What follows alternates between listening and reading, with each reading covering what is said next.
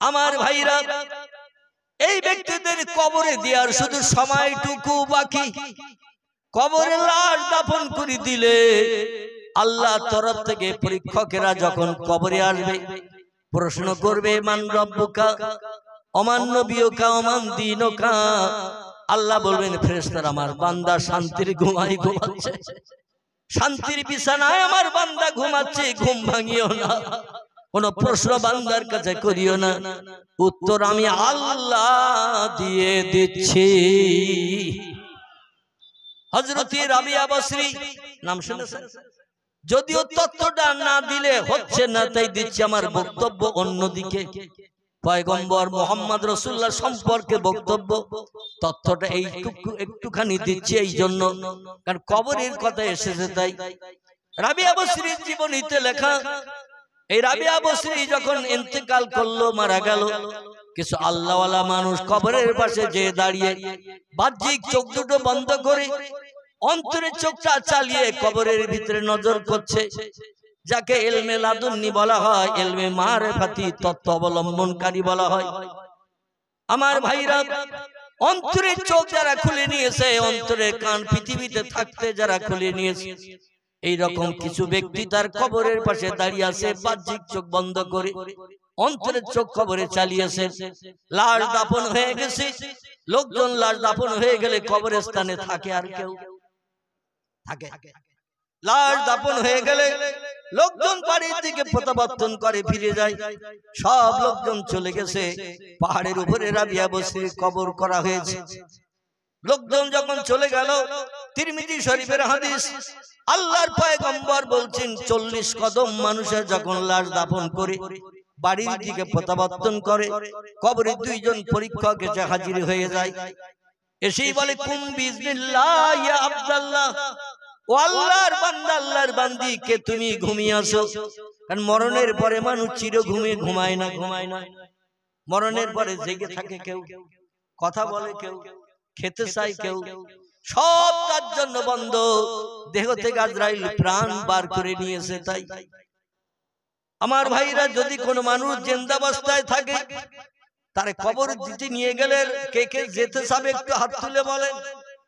জিন্দাবস্থায় আসি, আমার কবরে দিতে যাচ্ছে অ্যাডভান্স 4 দিন আগে, যে তুমি তো মরে যাবে, কঠিন রোগে আক্রান্ত, মরে তো যাবে 4 দিন 6 দিন পরে, তো চলো 4 দিন আগে কবরে দিয়ে আসি। কে কে যেতে চান একটু হাত তোলেন তো দেখি। আল্লাহু আকবার। আমরা কেউ যেতে চাইবো না, কারণ দুনিয়ার মোহমায়ায় পতিত হয়েছি, দুনিয়ার প্রেমে আসক্ত হয়েছি, বিবি বাচ্চার প্রেমে আমরা আসক্ত। এই জন্য দুনিয়ার জমিন আমরা কেউ ছাড়তে চাই না।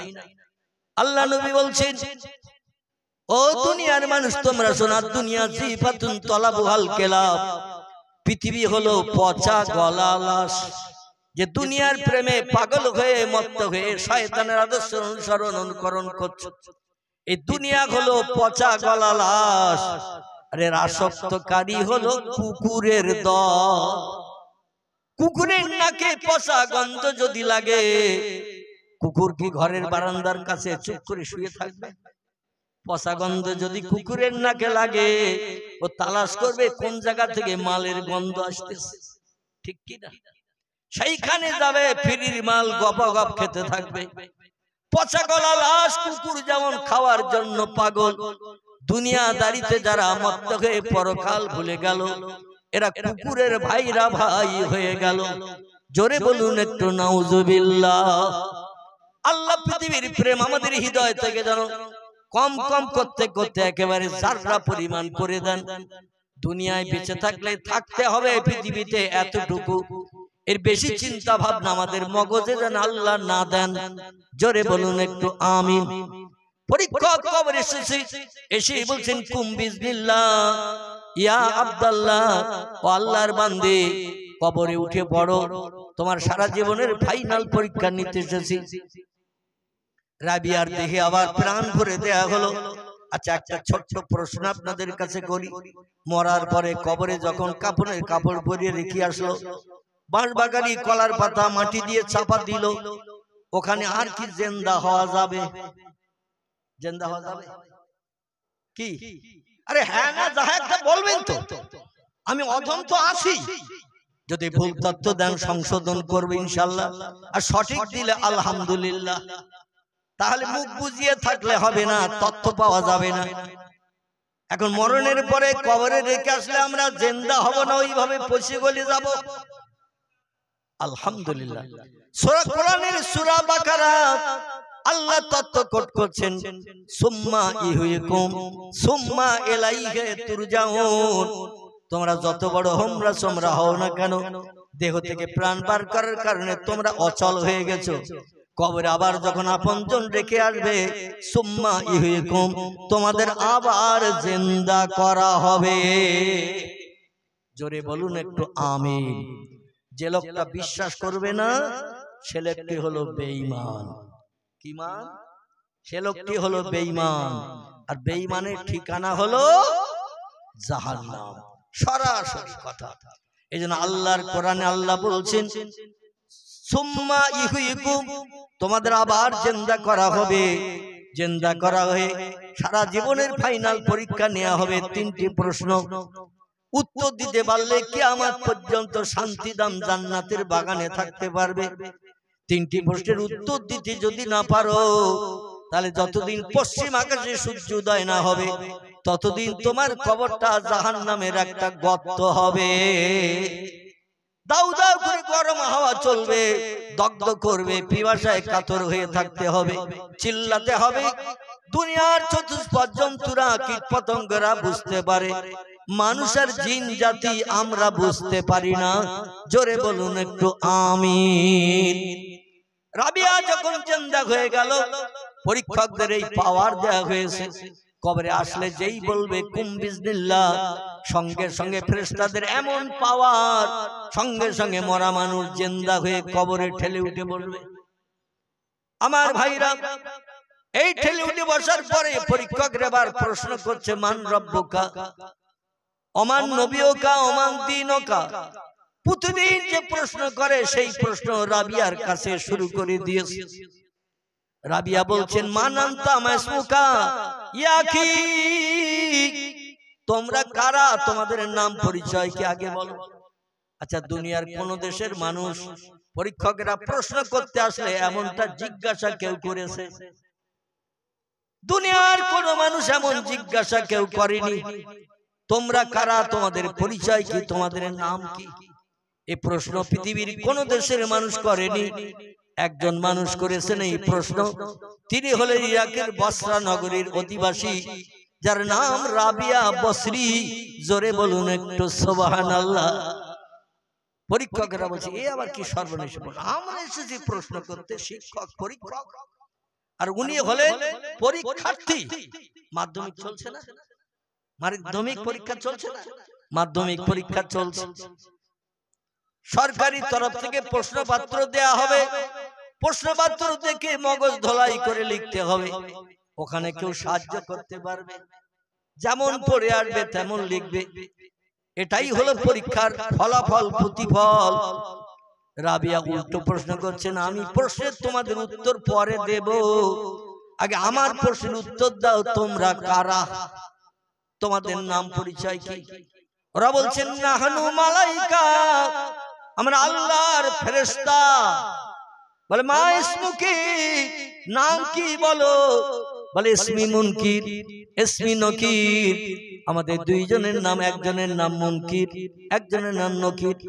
রাবিয়া বলছেন, মা হালুকে, কি জন্য তোমরা এসেছো, মা আখবারুকে, কি খবর, কি জন্য এসেছো। বলে, আমরা সব মানুষের কবরে আসি মরণের পর, পরীক্ষা জিজ্ঞাসা করি, তাই প্রথম প্রশ্ন করলাম, মান রব্বুকা, তোমার প্রভুকে। উত্তর দাও। সঠিক উত্তর যদি দিতে পারো আল্লাহু রাব্বি, তাহলে প্রথম প্রশ্নের উত্তর সঠিক হলো, পরীক্ষায় তুমি ফার্স্ট ক্লাস, ফার্স্ট হলে। উত্তর দাও। রাবিয়া বলছেন, তোমরা এসেছো কোথা থেকে। বলে, আমরা এসেছি আসমান থেকে। এলা সামা, আমরা আসমানের উপরে থাকি। আল্লাহ যখন হুকুম করেন আমরা ইসমে আজম পাঠ করে ডানা মেলে জমিনে নামি। জোরে বলুন একটু সুবহানাল্লাহ। আল্লাহর আসমানে থাকি, আল্লাহ যখন কোন হুকুম করেন, ওয়ায়াফআলুনা মা ইউমারুন, আল্লাহ যখন কোন হুকুম আমাদের করে আমরা একটু চিন্তা ভাবনাও করি না, আল্লাহর হুকুম মানলে আমাদের লাভ হবে না লস হবে, এই চিন্তাও পর্যন্ত আমরা করি না। কারণ আমাদের খাওয়া নাই, পেশাব নাই, পায়খানা নাই, ঘুম নাই, স্বামী স্ত্রী মিলন নাই, বাচ্চা কাচ্চার চিন্তা নাই। আমরা সর্বদাই দৈনন্দিন 24 ঘন্টা আল্লাহর হুকুমের মান্যতা দেওয়ার জন্য অপেক্ষায় থাকি। জোরে বলুন সুবহানাল্লাহ। তো বলছি এসেছো কোথা থেকে? বলে সামা, আসমান থেকে এসেছি। বলে আসমান থেকে কোথায় এসেছো? বলে আপনার কবরে এসেছি ফাইনাল পরীক্ষা নেওয়ার জন্য। রাবিয়া বলছেন তোমার আসমান থেকে পৃথিবীর কবরে এসেছো পরীক্ষা নিতে, আর আমি কোথায় আসি তোমরা জানো? বলে হ্যাঁ, তুমি যে জমিনে বসবাস করেছিলে দীর্ঘদিন, তোমার দেহ থেকে আজরাইল প্রাণ বার করেছে, তাই জমিনের মাটির তলে তোমার কবর দিয়েছে, তাই আমরা তোমার পরীক্ষা নিতে এসেছি। রাবিয়া বলে আমি কতটা মাটির তলায় আছি? বলছে 3 হাত কি 2.5 হাত। এক কথায় মেয়েদের বুক সমান, ছেলেদের নাভি সমান। এরকম গর্ত করা হয়তো নাকি? ছেলেদের নাভি সমান, মেয়েদের একটু বুক সমান গর্ত করা, কারণ মেয়েরা হাইটে শর্ট, ছেলেদের থেকে মেয়েরা হাইটে শর্ট, এই জন্য ওদের বুক সমান গর্ত করলে মোটামুটি ছেলে মেয়েদের কবর প্রায় একই রকম গর্ত, বরং একটু বেশি গর্ত হয় নাকি? রাবিয়া বলছেন আমি ছিলাম জমিনে, এসেছি 3 হাত কি 3.5 হাত মাটির তলায়, আর তোমরা ছিলে সেই আসমানে, সেইখান থেকে লক্ষ লক্ষ মাইল পথ ভ্রমণ করে এই পৃথিবীর জমিনে এসে গেছো। আমার ডিস্টেন্স বেশি না তোমাদের ডিস্টেন্স বেশি? বলছে আমরা বহু পথ অতিক্রম করে এসেছি।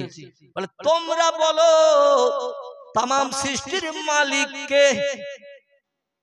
ওরা বলছেন তামাম সৃষ্টির মালিক হলো আল্লাহু রাব্বি, আমার মহান পূর্ব আল্লাহ হলেন সব সৃষ্টির মালিক। জোরে বলুন একটু সুবহানাল্লাহ। রাবিয়া বলছে এত দূরের পথ অতিক্রম করে এসেছো, তোমরা মালিকের নাম এখনো ভুলনি, আর আমি কেবল 3.5 হাত মাটির তলায় জমিন থেকে এসেছি, আমি কি আল্লাহর নাম ভুলে গেছি নাকি? প্রশ্ন বুঝেছেন? বলছে আমি এই 3 হাত মাটির তলায় ঢুকলাম, এইটুকু পথ অতিক্রম করলাম, এতেই কি আমি আল্লাহর নাম ভুলে গেছি? এ ফেরেশতারা, তোমরা একটু ডানা মেলে ইসমে আজম পাঠ করে উড়ে যাও।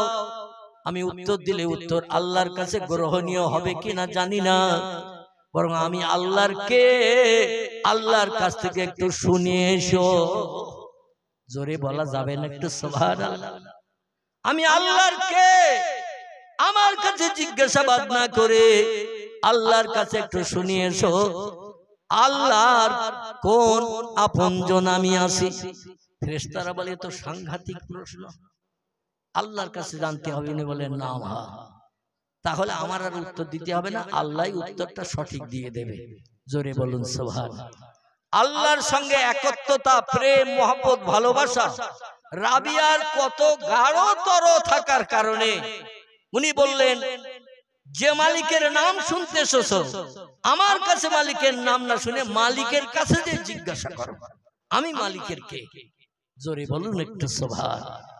ফেরেশতারা বলছে যুক্তিটা খারাপ না, এখানে আর কথা বলা সম্ভব হবে না, চল ইযহাব, বেরিয়ে চল। মাহবুদের দরবারে আমরা জিজ্ঞাসা করি যে বান্দির কবরে পাঠিয়েছো, বান্দি উল্টো প্রশ্ন ছুড়ে দিয়েছে। এখন আল্লাহ ওই বান্দিটার আপনি চেনেন নাকি? বান্দি এইরকম একটা জিজ্ঞাসা করেছে আমাদের। ফেরেশতারা ইসমে আজম পাঠ করে ডানা মেলে উড়ে গেলেন। আমার ভাইরা সিদরাতুল মুনতাহা পর্যন্ত যে ওখান থেকে টেলিফোন করলেন, আওয়াজ করলেন, ইলহাম করলেন, মাহবুদ রে এরকম বান্দির পাল্লায় জীবনে পড়িনি।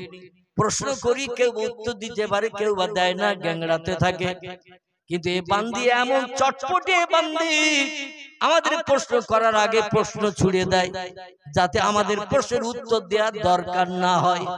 জোরে বলুন সুবহানাল্লাহ। আপনার বান্দি জিজ্ঞাসাবাদ করতে আমাদের পাঠিয়ে দিয়েছেন, যে বান্দির কাছে আমাদের পরীক্ষা নিতে পাঠিয়েছেন, ওই বান্দিরে আপনি কি চেনেন নাকি? আল্লাহ বলছেন নাম, ইয়া আইয়ুহাল মালায়েকা, ও ফেরেশতারা, হা হা হা, ও বান্দিরে আমি যেমন চিনি, বান্দি আমাকেও তেমন চেনে। ওই বান্দির কবরে আর প্রশ্ন জিজ্ঞাসা করতে হবে না, বান্দি আমার আমি বান্দির, মান কানা লিল্লাহি কানাল্লাহু লাহু, যে লোকটি আল্লাহর আপন হয়ে যায় আল্লাহ সেই বান্দা বান্দির আপন হয়ে যায়। যাও তার কবরে জান্নাতি নাজ নেমাত ভরে দিয়েছো, বান্দিকে শান্তির ঘুমে ঘুমানোর সুযোগ দাও, কোন ডিস্টার্ব যেন তার কবরে কিয়ামত পর্যন্ত না হয়। জোরে বলুন সুবহানাল্লাহ। কয়েকজন আল্লাহওয়ালা মানুষ উপরে দাঁড়িয়ে দাঁড়িয়ে দৃশ্য দেখে বলছে আল্লাহু আকবার, আল্লাহু আকবার। হায় রে, এমন তাজ্জব দৃশ্য আমরা জীবনে কোনোদিন দেখি নাই। জোরে বলুন সুবহানাল্লাহ। আল্লাহ যেন ওই রকম বান্দি, ওই রকম বান্দাদের তালিকায় আমাদের নামগুলো নথিভুক্ত করে নেন। সকলে বলুন আমিন। এই তালিকায় আমাদের নাম লিখতে গেলে পৃথিবীর সেরা মহামানবের জীবন আদর্শ আমাদের বাস্তব জীবনে রূপদান করে চলতে হবে না? হবে না? রাবিয়া কার জীবন আদর্শ বাস্তবে মেনেছিল? কথা বলেন। রাবিয়া কার জীবন আদর্শ মেনেছিল? আল্লাহর হুকুম মানা আর জীবন আদর্শ মানা হলো মুহাম্মাদুর রাসূলুল্লাহ। ঠিক বললাম না ভুল বললাম?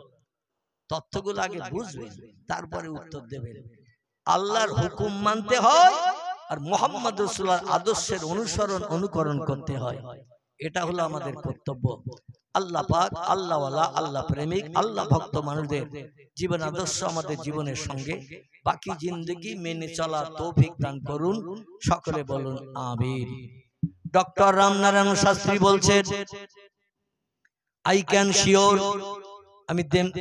আমি নিশ্চিত রূপে বলতে পারি, দেম দ্যাট হিন্দুস্তান, এই ভারতবর্ষ হিন্দুস্তান উইল বিকাম ইসলামিতান, আবার একদিন ইসলামী রাষ্ট্রে পরিগণিত হবে। বিশ্ব নবীর জীবন আদর্শ সারা দেশের মানুষের জীবনের সঙ্গে প্রতিফলিত হবে। জোরে বলা যাবে কি একটু সুবহানাল্লাহ? ইন দ্য নিয়ার ফিউচার, সেদিন আর খুব বেশি বাকি নাই, সেদিন আর খুব বেশি বাকি নাই। অদূর ভবিষ্যতে খুব তাড়াতাড়ি এই ভারতবর্ষের জমিনে বিশ্ব নবী মুহাম্মদ রাসূলুল্লাহ জীবন আদর্শ মানুষের জীবন চরিত্রের ভিতরে প্রতিফলিত হবে। কারণ পৃথিবীতে যদি কোনো শ্রেষ্ঠ ধর্ম থাকে সে ধর্মটির নাম হলো ইসলাম। হিন্দু ধর্ম শ্রেষ্ঠ নয়, জৈন ধর্ম শ্রেষ্ঠ নয়, শিখ ধর্ম শ্রেষ্ঠ নয়, ইহুদি ধর্ম শ্রেষ্ঠ নয়, খ্রিস্টান ধর্ম শ্রেষ্ঠ নয়। কোল, ভিল, নাগা, খাসা, মুন্ডা, আর্য, অনার্য, আদিবাসী, সাঁওতালি থেকে শুরু করে যত ধর্ম পৃথিবীতে আছে, আল্লাহ বললেন ইন্নাদ-দীনা ইনদাল্লাহিল ইসলাম। জোরে বলুন একটু আল্লাহু আকবার। আল্লাহ বলছেন বর্তমান একবিংশ শতাব্দীর যুগে ৪৫০০০ উপরে ধর্ম পৃথিবীতে বিদ্যমান। ধর্মীয় নিয়ম কানুন, আইন কানুন মানুষ মেনে চলে, ধর্মীয় নেতার জীবন আদর্শ ফলো করে চলার চেষ্টা করে। কিন্তু শোনো, পৃথিবীতে আমি আল্লাহ আমার সত্য কোরআনে তথ্য কোট করে দিলাম, দুনিয়ায় যত ধর্ম আছে সমস্ত ধর্মের ভিতরে ইসলাম হলো আমার কাছে সব থেকে বেশি প্রিয় এবং পছন্দনীয়। জোরে বলুন একটু সুবহানাল্লাহ। আল্লাহর অফুরন্ত রহমত আমাদের কাঁদতে হয়নি, দুঃখ ভরা হৃদয় নিয়ে দোকানে হাত তুলে আল্লাহর কাছে দাবি করতে হয়নি। আল্লাহর দরবারে রাত জেগে জেগে তাহাজ্জুদের নামাজ আদায় করে কেঁদে কেঁদে চোখের পানিতে দাড়ি ভিজাতে হয়নি। আল্লাহ পাক পৃথিবীর সেরা নেতার উম্মত করে বিনা পরিশ্রমে, বিনা কষ্টে, বিনা কান্নায় সেই নবীজির আদর্শের অনুসরণ করে মুসলমান করে পাঠিয়েছেন। এজন্য আমরা সৌভাগ্যবান না দুর্ভাগ্যবান? একটু জোরে বলেন। আমরা হলাম সৌভাগ্যবান। আমার ভাইরা, সেই নবী মুহাম্মদ রাসূলুল্লাহ জীবন আদর্শ সম্পর্কে স্যার রাধাকৃষ্ণ সর্বপল্লী একটি তথ্য দিয়েছেন। তিনি বলছেন উই ক্যান নট ডেনি, আমরা এই কথা কোনোদিন অস্বীকার করতে পারি না, মিথ্যা বলে সম্বোধন করতে পারি না। That the conception of brotherhood in Islam, ইসলামী ভ্রাতৃত্ববোধ, ইসলামের জীবন আদর্শ, ইসলামের চরিত্র এমন একটি জিনিস transcends all barriers of race and nationality, যা জাতীয় বর্ণের সমস্ত প্রতিবন্ধকতা দূর করে দিয়ে মানুষকে একই নিবিড় বন্ধনে বেঁধে দিতে পারে। কে হিন্দু, কে জৈন, কে শিখ, কে বৌদ্ধ, কে ইহুদি, কে খ্রিস্টান, জাতিভেদ ইসলামের ভিতরে নাই। ইসলামের আদর্শ হলো সবাইকে সমান চোখে দেখা। তোমার ধর্ম তুমি করবে, আমার ধর্ম আমি করব। কোন ধর্মের উপরে কোনো জোর জবরদস্তি নাই। লা ইকরাহা ফিদ্দীন, ধর্মের উপরে কোনো জোর জবরদস্তি নাই। প্রত্যেকটি বান্দা বান্দীদের ব্রেন মগজ দিয়েছি, ব্রেন মগজের মাধ্যম দিয়ে সঠিক নির্বাচন করে যারা যে ধর্ম মেনে চলবে তারা সেই ধর্ম মেনে চলবে, পরকালে তার প্রতিদান পাবে। কেউ যাবে স্বর্গে বা জান্নাতে, কেউ যাবে নরকাগ্নিতে জাহান্নামে। যারা যে কাজ করে যাবে, যেটা পছন্দ হবে তারা সেইটা মেনে চলবে। কোন ধর্মের উপরে কোনো অশান্তি জবরদস্তি চলবে না। এটা হলো ইসলামের আদর্শ। লা ইকরাহা ফিদ্দীন, ধর্মের উপরে কোনো জবরদস্তি নাই, কোনো বাড়াবাড়ি নাই। এটা হলো মুসলমানদের ধর্মের আদর্শ। জোরে বলুন একটু সুবহানাল্লাহ। এই জন্য স্যার রাধাকৃষ্ণ সার্বভৌম বলছেন, a feather which does not character any other religion। বর্তমান পৃথিবীতে ৪৫০০ উপরে ধর্ম বিদ্যমান, কিন্তু অধিকাংশ ধর্ম নিয়ে রিসার্চ করে গবেষণা করি আমি স্যার রাধাকৃষ্ণ সর্বপল্লী দেখেছি ইসলামের সমতুল্য আদর্শ, ইসলামের সমতুল্য চরিত্র এনি আদার রিলিজিয়ন পৃথিবীর আর কোন ধর্মের ভিতরে খুঁজলে পাওয়া যাবে না। ইসলাম হলো সোনায় সোহাগা সাদা কাপড় মার্কা, এই কাপড়ের গায়ে কোনো কলঙ্কের দাগ নাই। জোরে বলুন একটু সুবহানাল্লাহ। শুধু তাই নয়, ডক্টর মানবেন্দ্রনাথ রায় বলছেন, learning from the Muslim Europe became the leader of modern civilization. ও বিশ্ববাসী তোমরা শোনো, আমি অক্সফোর্ড বিশ্ববিদ্যালয় থেকে এমএ ফার্স্ট ক্লাস ডিগ্রি নিয়ে ভারতের কীর্তি সন্তান ভারতে ফিরে এসেছি। ভারতের রেকর্ড বুকে আমার নামটা লিপিবদ্ধ হয়েছে উচ্চ শিক্ষিতের তালিকায়। আমি একটি তথ্য জনগণকে না দিয়ে আর পাচ্ছি না। আমার মেমোরির মাধ্যম দিয়ে যে জ্ঞান অর্জন করেছি, সেই জ্ঞানের মাধ্যম দিয়ে আমি যাচাই করে যেটা দেখেছি জনগণকে সেটা আমি জানাতে উদ্যত হয়েছি। লার্নিং ফ্রম দ্য মুসলিম, মুসলমানদের শিক্ষার প্রভাবে, মুসলমানদের জ্ঞানের প্রভাবে Europe became the leader.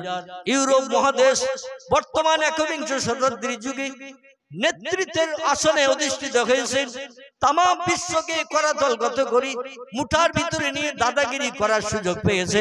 Of modern civilization, আধুনিক সভ্যতার যুগে, আধুনিক সভ্যতার যুগে, আধুনিক জ্ঞানের যুগে তাম বিশ্বকে মুঠার ভিতরে পুরে নিয়ে দাদাগিরি করা, নেতৃত্ব করার সুযোগ পেয়েছে একমাত্র ইউরোপ আমেরিকা মহাদেশের মানুষেরা। মুসলমানদের শিক্ষা যদি সৌদি আরব থেকে আমেরিকায় না যেত, ইউরোপ মহাদেশে যদি না যেত, ওরা কোনোদিন দাদাগিরি করার সুযোগ পেত না। জোরে বলুন একটু মারহাবা, নারায়ে তাকবীর। উনি বললেন মুসলমানদের শিক্ষা ইউরোপ মহাদেশ আসার কারণে শিল্প বিপ্লব তৈরি হয়েছে, মিল কলকারখানা তৈরি হয়েছে, যন্ত্রপাতির পাঠশালা বানানোর সুযোগ হয়েছে। একমাত্র কোরআনের জ্ঞান আর পয়গম্বর মুহাম্মদ রাসূলুল্লাহর জ্ঞান।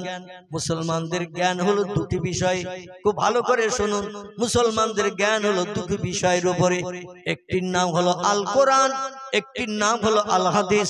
কোরআন হলো আল্লাহর বাণী, হাদিস হলো পয়গম্বরের বাণী। এই দুটি কিতাবে কিয়ামত পর্যন্ত মানুষের যা কিছু সমস্যা দেখা দেবে, যা কিছু প্রয়োজন হবে, দরকার হবে, কুড অফ কমপ্লিট করে আল্লাহ পাক কোরআনের ভিতরে ভরে দিয়েছেন। নতুন কোন পুস্তকের প্রয়োজন হবে না। পয়গম্বর মুহাম্মদ রাসূলুল্লাহ জবানি ছাড়া নতুন কোন হাদিসের কিতাবের সংকলন করার দরকার হবে না।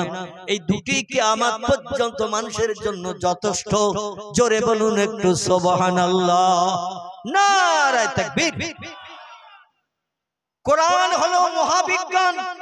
এই পৃথিবীতে যখন কোরআন আসেনি, পৃথিবীর কোন দেশের বিজ্ঞানীরা কোন মিল কলকারখানা বানাতে পারেনি, যন্ত্রপাতি মেশিনাদি বানাতে পারেনি, গাড়ি ঘোড়া কিছুই বানাতে পারেনি।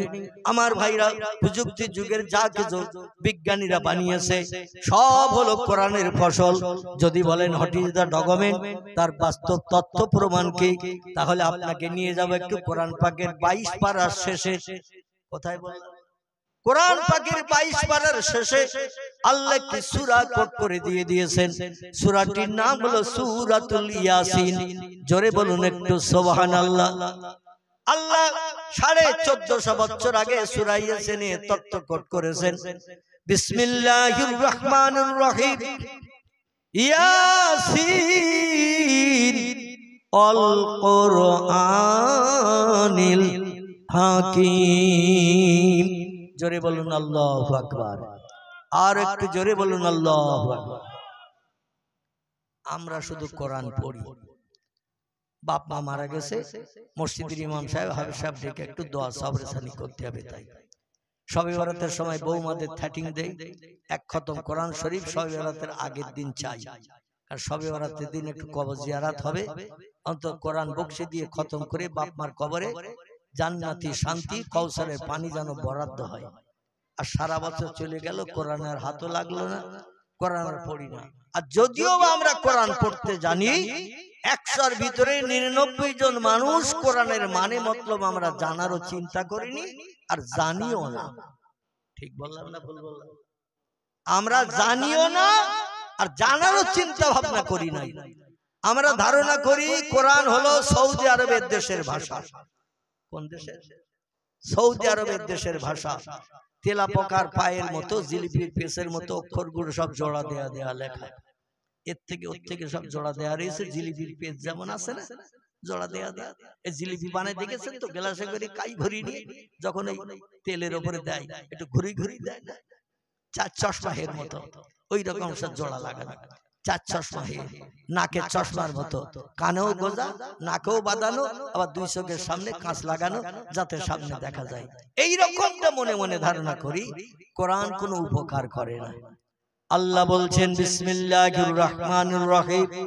ওয়া নুনাজ্জিলু মিনাল কুরআনি মা হুয়া শিফাউ ওয়া রাহমাতুল লিল মুমিনিন। গলা ছেড়ে বলুন আল্লাহু আকবার। আল্লাহ বলেন বিশ্ববাসী উম্মতি মুহাম্মাদি, আমি কোরআন পৃথিবীতে শুধু কাপড় দিয়ে বান্ডিং করে রাখার জন্য পাঠাই নাই। আমি কোরআন শোকেসের সৌন্দর্য বৃদ্ধির জন্য, কাঁচের ভিতরে শোকেসের থাকায় রাখার জন্য পাঠাই নাই। আমার কোরআন সানসেটের কোনায় মুরগির ডিম পাড়ার জন্য রাখি নাই। দুনিয়ায় পাঠাই নাই, কোরআন পাঠিয়েছি এই পৃথিবীতে তোমাদের ঘরে ঘরে এই জন্য পাঠিয়েছি। ওয়ারাতিলিল কোরআনা তারতিলা, যেখানে যেমন করে যেমন ভাষায় যেমন স্বরে পড়লে আমি আল্লাহ খুশি হই, তেমন স্বরে মাধুর্যতার সঙ্গে তোমরা পাঠ করো। কারণ আমি আমার কিতাবের প্রথম নাম দিয়েছি কোরআন শরীফ। কি নাম? প্রথম নামটা দিয়েছি কোরআন শরীফ। আরবিতে কারা ইয়াকরাউ কারানান শব্দের অর্থ হলো তেলাওয়াত করো, পড়ো, সঙ্গে সঙ্গে তার মানে মতলবটা জানো। কোরআন তেলাওয়াত করো, পড়ো, তার মানে মতলবটা জানো। ডাক্তারের কাছে যেতে হবে না, মাস্টারের কাছে যেতে হবে না, এমন করে পৃথিবীতে মেম্বারের কাছে যেতে হবে না, প্রধানের কাছে যেতে হবে না, থানার ওসির কাছে যে দুঃখ জানাতে হবে না। আমার কোরআন হলো এনাফ, কোরআন হলো যথেষ্ট, সব সমস্যার সমাধান করে তোমাদের মুখে হাসি ফুটিয়ে দেবে। এই জন্য আমি প্রথম নামটা দিয়েছি কোরআন শরীফ। কোরআনের বাংলা মানে হলো কারা ইয়াকরাউ কারানান, তো শব্দের বাংলা অর্থ হলো তেলাওয়াত করো, পড়ো। শরীফ শব্দের বাংলা অর্থ হলো পবিত্র। আমার কোরআনে নাপাকির লেশ মাত্র নাই। কোরআন অতীতে ছিল পবিত্র, বর্তমান আছে পবিত্র, ভবিষ্যতেও থাকবে পবিত্র। এই পবিত্র কোরআন যত তিলাওয়াত করবে, কোরআনের মালিকের সঙ্গে তোমাদের গাঢ়তর সম্পর্ক তৈরি হবে। আর সব সমস্যার সমাধান কোরআনের মালিক তোমাদের করে দিয়ে মুখে হাসি ফুটাবে। এমনকি কঠিন রোগের ঔষধ যেটা বিজ্ঞানীরাও পৃথিবীতে এখনো বানাতে পারেনি, আল্লাহ বলছেন আমার কোরআনে সে রোগের ঔষধ ভরে দিয়েছি। জোরে বলুন একটু সুবহানাল্লাহ। মা হুয়া শিফাউন, সব রোগের ঔষধ আমি কোরআনে ভরে দিয়েছি। একটু রিসার্চ করো, গবেষণা করো, তেলাওয়াত করো, পড়ো, দুনিয়ার সব রোগের ঔষধ পাওয়া যাবে। যে ঔষধ ভবিষ্যতে দুনিয়ার কোন বিজ্ঞানের আন্ডা বাচ্চাও বানাতে শিখবে না, আমার কোরআন সব সমস্যার সমাধান নিয়ে তোমাদের ঘরে আগাম পৌঁছে গেছে। জোরে বলুন একটু সুবহানাল্লাহ। এই জন্য কোরআনে সূরা ইয়াসিন আমি তথ্য কোট করে দিয়েছি। ইয়াসিন, আমার মহব্বতের ইয়াসিন, বিশ্ব নবীর গুণবাচক নাম। আল্লাহ বলেন আমার মহব্বতের ইয়াসিন আপনি শুনে নিন, আপনার উম্মতদের জানিয়ে দিন।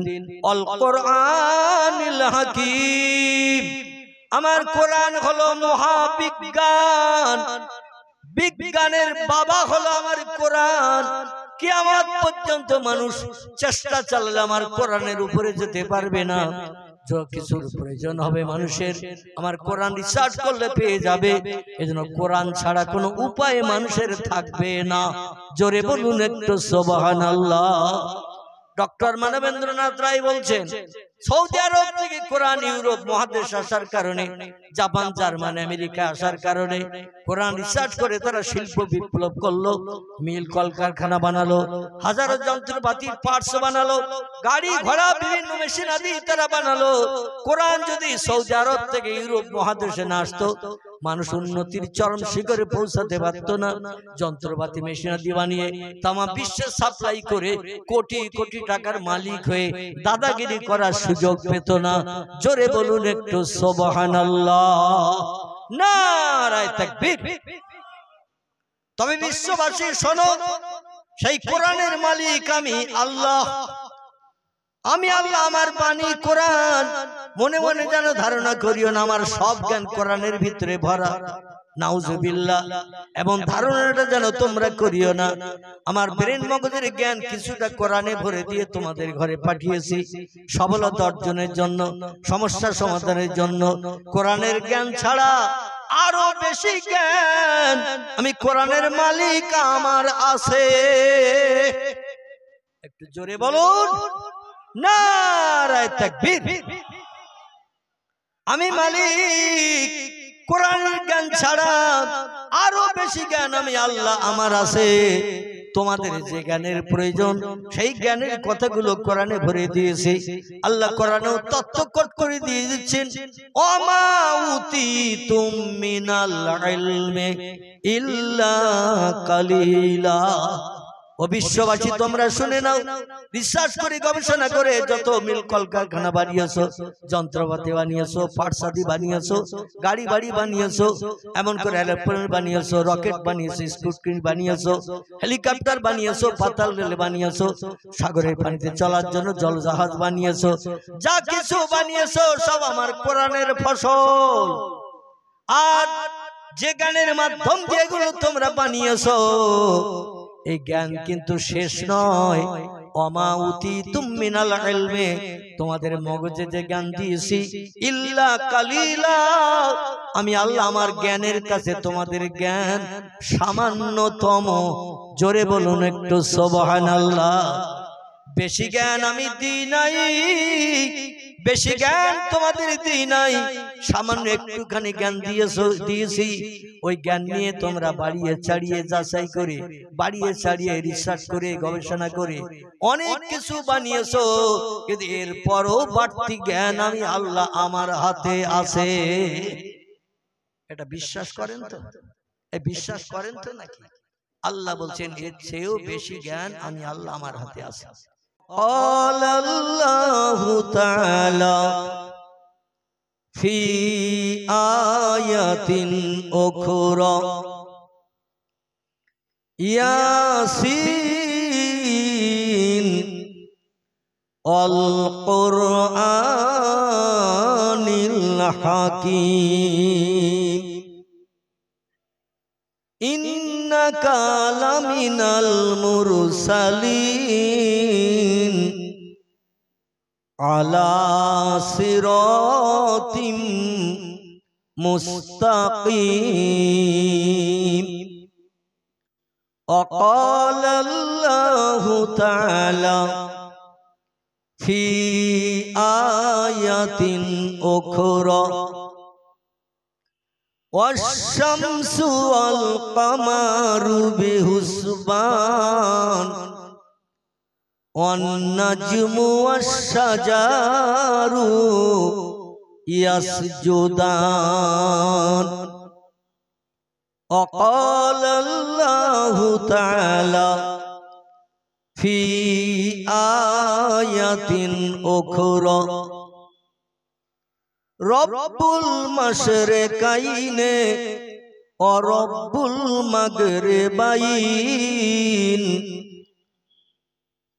فبأي آلاء ربكما তুকাযিবান। সকলে গলা ছেড়ে উচ্চ রবে প্রাণ খুলে আওয়াজ তুলে বলুন আল্লাহু আকবার। হয়নি বাচ্চারা, তোমরা একটু আওয়াজ তোলো। তোমাদের তো এখনো পেস্টিস টেস্টিস হয়নি, মান সম্মান যাবে না, তোমাদের আত্মসম্মানে বাধাও লাগবে না। যাদের বয়স 30-40-এর কোটা পেরিয়ে গেছে, আমি হাজার বললেও তাদের কণ্ঠের আওয়াজ অধমের কান পর্যন্ত আসবে না। তোমরা যখন বড় হবে তখন আর বলতে হবে না। এখন ছোট আছো, কেউ ফাঁকি দেবে না। তোমরা যদি আওয়াজ তোলো, চাচা দাদারা চুপ করে বসে থাকতে পারবে না, তারাও একটু অন্তত ঠোঁট নাড়বে। ঠিক না ভুল? আর ঠোঁট যদি চাচা দাদারা নাড়ে আল্লাহর নামের আওয়াজ তুলতে, তাহলে আওয়াজ আরো একটু বাড়বে না বাড়বে না? বাড়বে। আল্লাহ পাক সমস্ত সৃষ্টির ভিতরে এই মনুষ্য জাতিকে ইনসান জাতিকে तमाम সৃষ্টির ভিতরে সেরা করে বানিয়েছেন। এজন্য আমরা খুশি না অখুশি? তাহলে খুশির একটু নমুনা দেখাতে হবে আল্লাহর নামের আওয়াজ তুলে আল্লাহু আকবার বলে। মুয়াজ্জিন যখন মসজিদে আযান ধ্বনি শুরু করে প্রথম কি বলে? আলহামদুলিল্লাহ।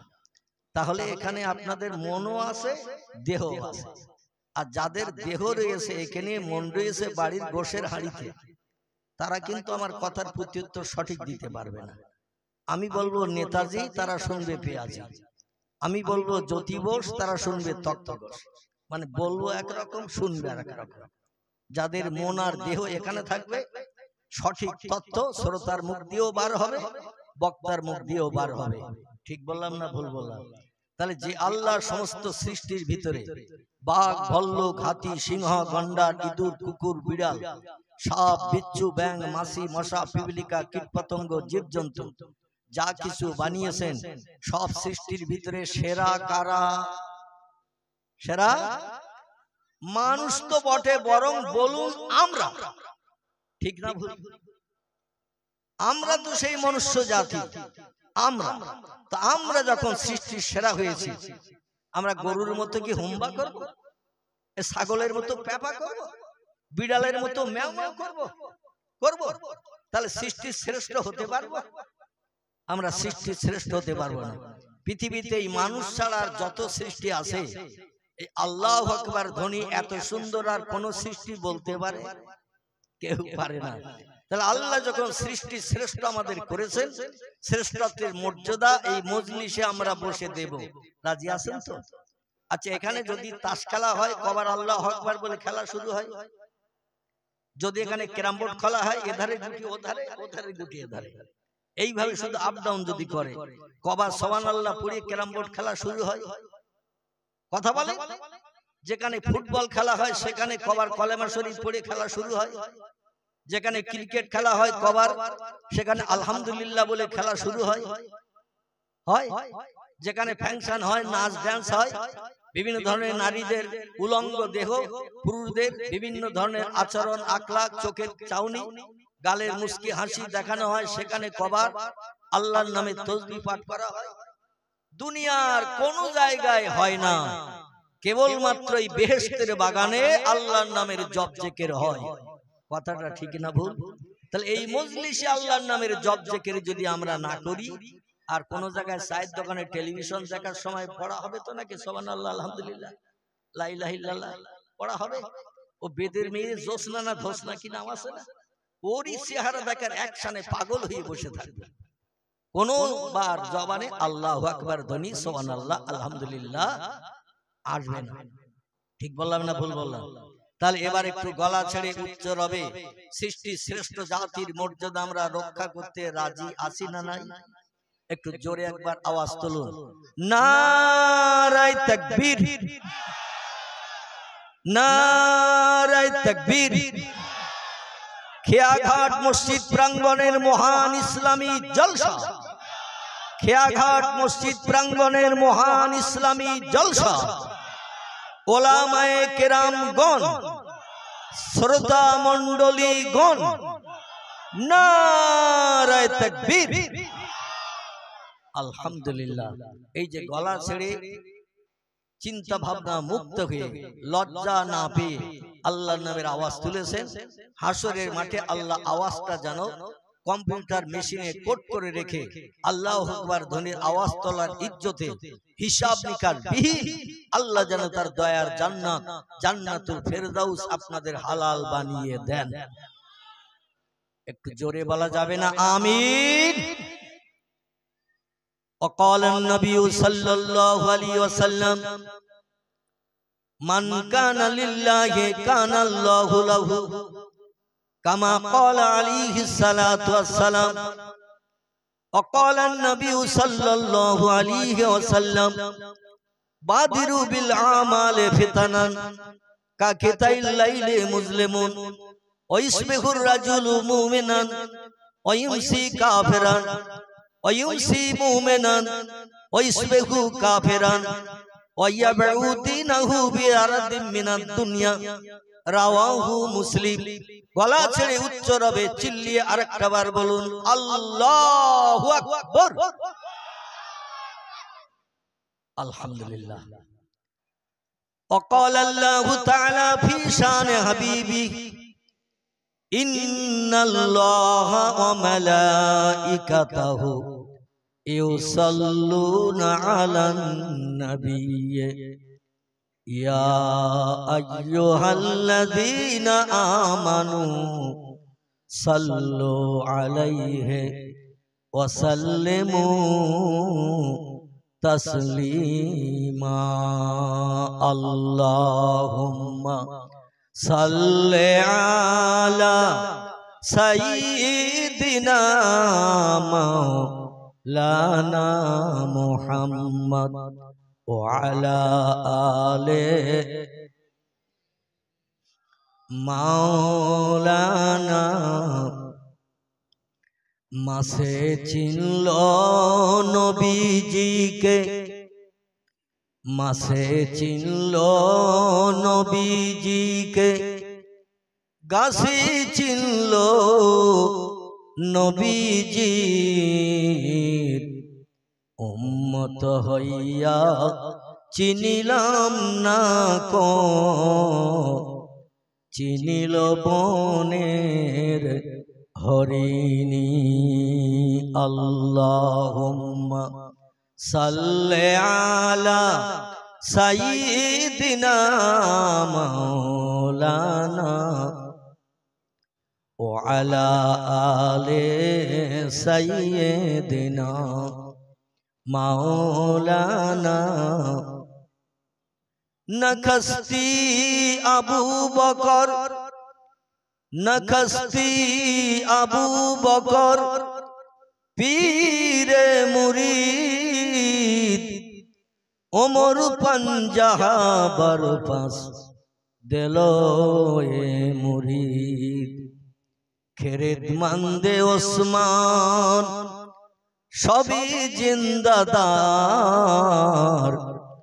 চাহারাম আলী শাহে দুলদুলে সওয়ার। বালাগাল উলা বেকামালিহি কাশফাত দুজা বেজামালিহি হাসনাত জামিউ খিসালিহি সাল্লু আলাইহি ওয়া আলিহি।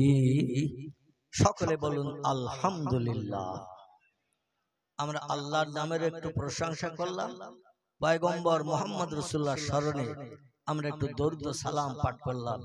আল্লাহ কঠিন মুসিবতের দিন এই আল্লাহর নামের প্রশংসা নবীর মহব্বতের দরুদ ও সালামের বিনিময়ে আল্লাহ আমাদের যেন জান্নাত হালাল বানিয়ে দেন। সকলে বলুন আমিন।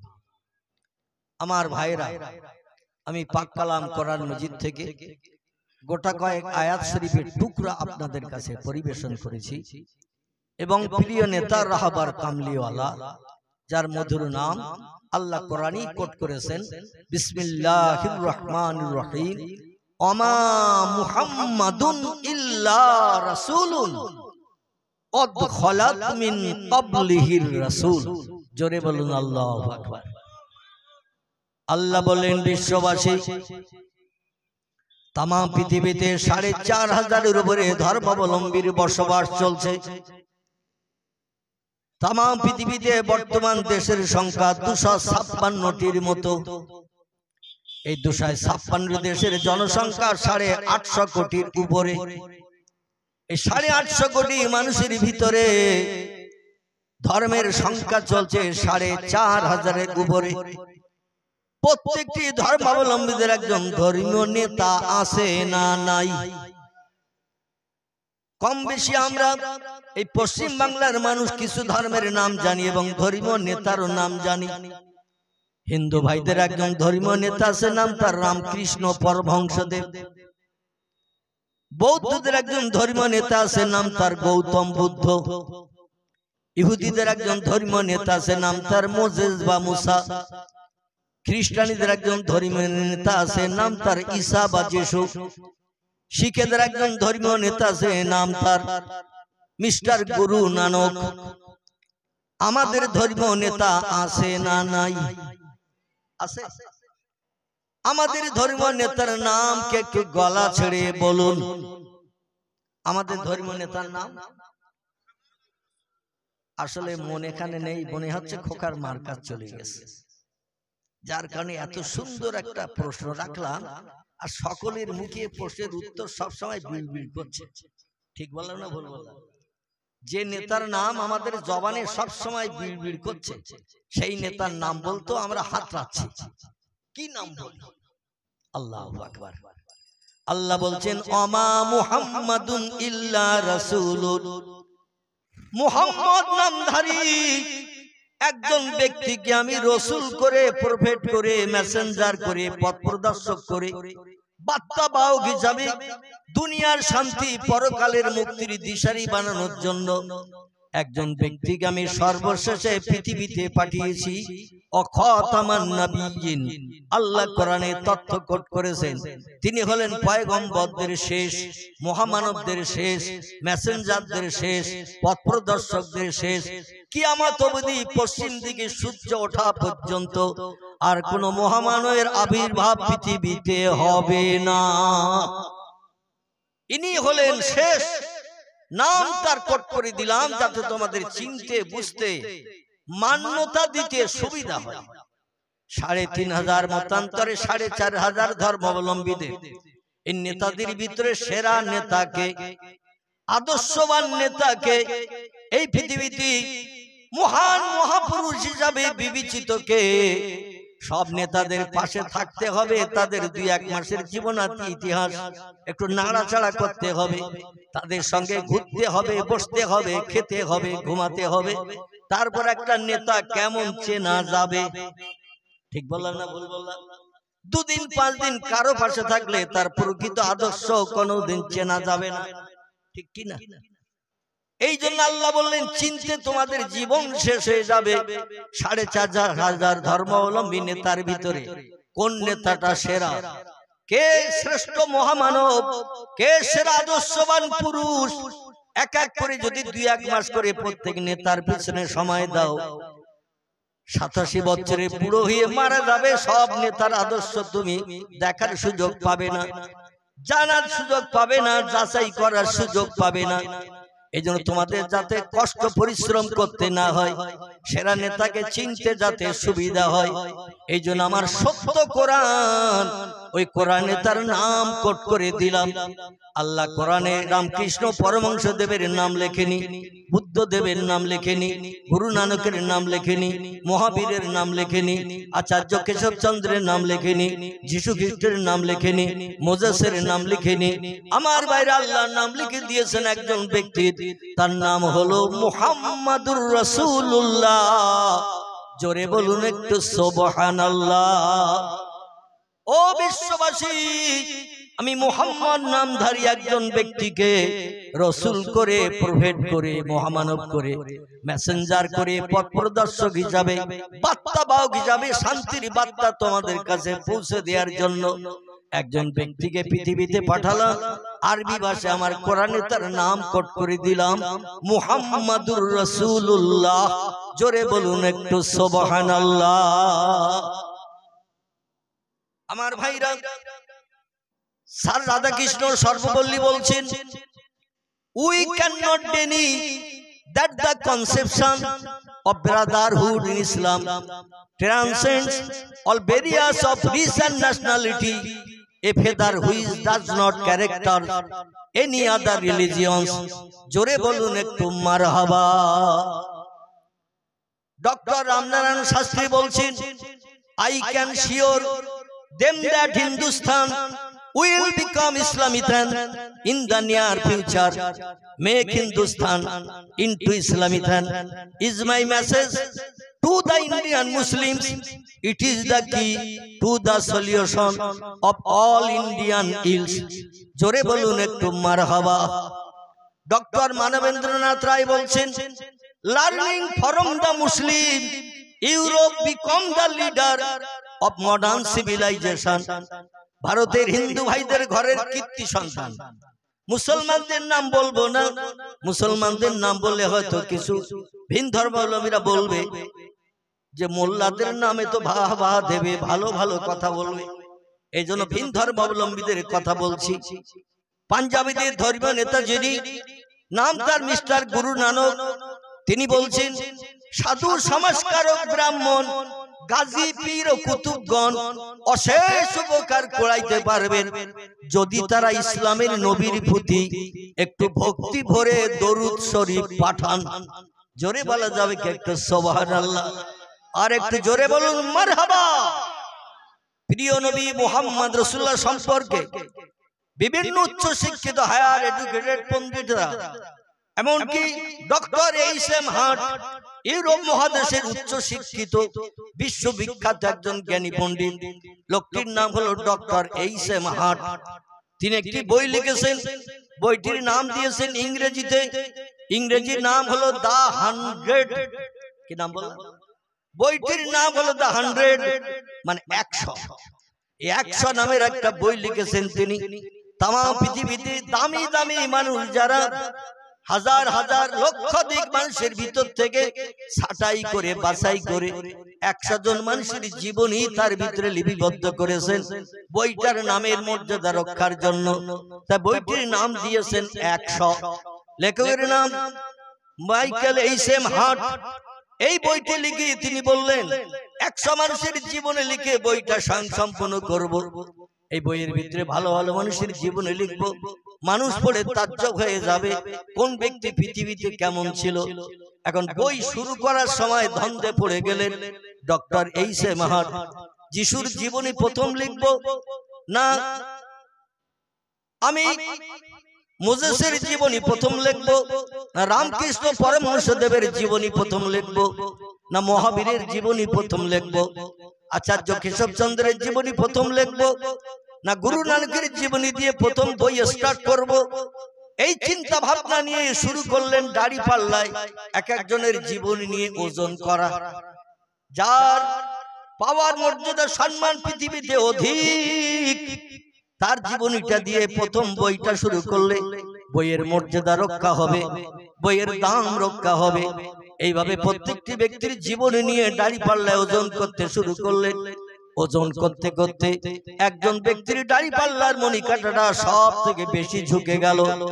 তিনি অন্য কেউ নয়, রামকৃষ্ণ পরমহংসদেব নয়, বুদ্ধদেব নয়, চৈতন্যদেব নয়, গুরু নানক নয়, মহাবীর নয়, আচার্য কেশবচন্দ্র নয়, মোজেস নয়, যিশু নয়, সক্রেটিস নয়, বালক ব্রহ্মচারী নয়। তিনি হলেন মক্কার জ্যোতি, মদিনার বাতি, আব্দুল্লাহ তনয়, আমিনার নয়নের মনে। তার নামটাকে একটু জোরে বলে। আপনাদের নামের আওয়াজ আমার কানে খুব ভালো লাগেনি, আমি মনে করছিলাম আরো একটু উচ্চ আওয়াজ আমার কানে লাগবে। আচ্ছা, আজকে তাবারুক খারাপ আছে না ভালো আছে? হ্যাঁ, ভালো। তার তাবারুক যখন ভালো আছে, আওয়াজ তো সেই হিসেবে একটু ভালো হওয়া উচিত। নবীর নাম যদি বেহেশতের বাগানে আমরা বলতে কুণ্ঠাবোধ করি, কবরে পরীক্ষা এসে বলবেন মান নবীও কা, এটা বলবে না বলবে না? একটা মানুষ বলেন যে ওটা বলবে না, কবরে প্রশ্ন হবে কটা? তিনটে মাত্র। কটা?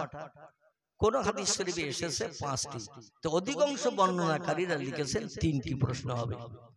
প্রথম প্রশ্ন হবে তোমার রবকে, প্রভুকে। এই প্রশ্নটা হবে না? মান রব্বুকা, তোমার প্রভুকে। এই প্রশ্ন প্রথম হবে না? হবে না? আচ্ছা, মাঝখানেরটা ছেড়ে এবার 3 নম্বরে বলবে অমান দিনকা, মাঝখানেরটা বলবে না। এরা হবে তো নাকি? সেই খোদার কসম, 3টে প্রশ্ন। নবী, আম্বিয়া, ওলি, আউলিয়া, এই পৃথিবীতে আর নবী আসবে না, তবে ওলি আউলিয়া কিয়ামত পর্যন্ত আসবে। আমলে সালেহাকারী শহীদান যারা শহীদ হবে, সকলের কবরে এই 3টে প্রশ্ন করা হবে। বান্দা যদি আল্লাহ প্রেমিক হয়, আল্লাহ তরফ থেকে প্রশ্নের উত্তর দেয়া হবে, তার উত্তর দিতে হবে না। তাই প্রশ্ন থেকে রেহাই কেউ হবে না। 2 নম্বরের প্রশ্ন হলো অমান নবীও কা, তোমার নেতা নবী কে ছিল, কার নেতৃত্ব দুনিয়ায় ভালোবেসে মেনে চলেছিলে। এই প্রশ্ন যদি তারা করে, উত্তর লাগবে না লাগবে না? একটু কথা বলেন। উত্তর লাগবে। তা উত্তর যখন লাগবে, তখন নবীর নাম ছাড়া অন্য কোন নাম বলা যাবে তো? বলা যাবে না। তাহলে আজকের একটু নবীর নামটা বললে আল্লাহ কবরে হয়তো ওই নামটা আমার কণ্ঠ দিয়ে আবার চালু করে দিতে পারে, ঠিক না ভুল? তাহলে যে নবী তাম পৃথিবীর হাজার হাজার মানুষের ভিতর থেকে সেরা মানুষ হিসাবে বিবেচিত হওয়ার কারণে ডক্টর এইচ.এম. হার্ট যার জীবনী দিয়ে প্রথম বই লেখা শুরু করলেন, তার নাম হলো আমাদের সাইয়্যিদুল আম্বিয়া, রাহমাতাল লিল আলামিন, খাতামান নবিয়্যিন, শাফিয়াল মুজনাবিন, রাহিতুল আশিকিন, মুরাদুল মুস্তাকিন, সিরাজুস সালিকিন, মিসবাহুল মুকাররাবিন, জাদ্দুল হাসান আল হুসাইন, আবিল কাসিম, যার মধুর নাম মুহাম্মাদুর রাসূলুল্লাহ। আমি আপনাদের কাছে কসম খেয়ে যাই, নবীর নাম যে লোকটি বিড়বিড় করে পড়বে, তার জন্য কিন্তু বিপদের আশঙ্কা আছে। এজন্য নবীর নাম একটু গলা ছেড়ে উচ্চ রবে পাঠ করব। এতে যদি আমাদের প্রাণও যায়, আমরা রাজি আছি না নাই? আলহামদুলিল্লাহ। আমাদের প্রাণও যদি দিতে হয়, তাতেও আমরা রাজি। কারণ বাঁচলে গাজী, মরলে আল্লাহু আকবার। শুধু বাঁচলে গাজী, মরলে শহীদ, এই কথাটাও আমরা এখনো শিখি নাই। আল্লাহু আকবার। মরলে শহীদ, আর দিনের জন্য, কোরআনের জন্য, ইসলামের জন্য লড়াই করে যদি বেঁচে যাই, আমরা গাজীর উপাধি পাবো। জোরে বলুন একটু সুবহানাল্লাহ। শহীদের মর্যাদা কি? শহীদের মর্যাদা হলো কোন ব্যক্তি কোরআনের জন্য, মসজিদের জন্য, মাদ্রাসার জন্য, ইসলামের জন্য মাথার টুপি, মুখের দাড়ি, গায়ের লম্বা জামা দেহে রাখতে যে যদি হিংসুক মার্কা কোনো মানুষের হাতে তার প্রাণ চলে যায়, লোকটি আল্লাহর দরবারে শহীদি মর্যাদা পাবে। কি মর্যাদা? শহীদি মর্যাদা পাবে। আর এই শহীদি মর্যাদাকারীদের প্রথম ফ্যাসিলিটি শুনুন। দুনিয়ার যত মানুষ মারা যাচ্ছে, ওলি আউলিয়া, গৌস, কুতুব, নকিব, আবদাল, শহীদ ছাড়া আর যত দলের মানুষ আছে, আমলে সালেহাকারী, নামাজি, পরেজগার, মুসল্লি, ইমানদার, মুমিন, সবার মরণের পরে নতুন কাপড়ের কাপড় পরাতে হয়, ঠিক না ভুল? গোসল করিয়ে জীবনের শেষ কাপড়টা সেলাইবিহীন নতুন কাপড় পরাতে হয়। কিন্তু যারা আল্লাহর রাস্তায় প্রাণ দেবে, পয়গম্বর সরাসরি নিজেই জানিয়ে দিয়েছেন, ওদের কোনো নতুন কাফনের কাপড় দেওয়ার দরকার নাই। যে কাপড় পরিহিত অবস্থায় মৃত্যুবরণ করেছে, দেহের রক্ত জামা কাপড়ে মেখে ভিজে আছে, ওই রক্ত মাখা জামা কাপড়ই তারে কবর দাও, নতুন কোন কাফনের কাপড় দিতে হবে না, এমনকি গোসল পর্যন্ত করানোর দরকার হবে না। জোরে বলুন সুবহানাল্লাহ। আরে কি মর্যাদা আল্লাহ দিয়েছেন শহীদকে। দুনিয়ার পানি দিয়ে গোসল করাতে হবে না। আল্লাহ প্রয়োজনে হযরতে হানজালার মতো তার লাশকে জান্নাতি ফেরেশতা দিয়ে কাউসারের পানি দিয়ে আল্লাহ গোসল করিয়ে দেবে।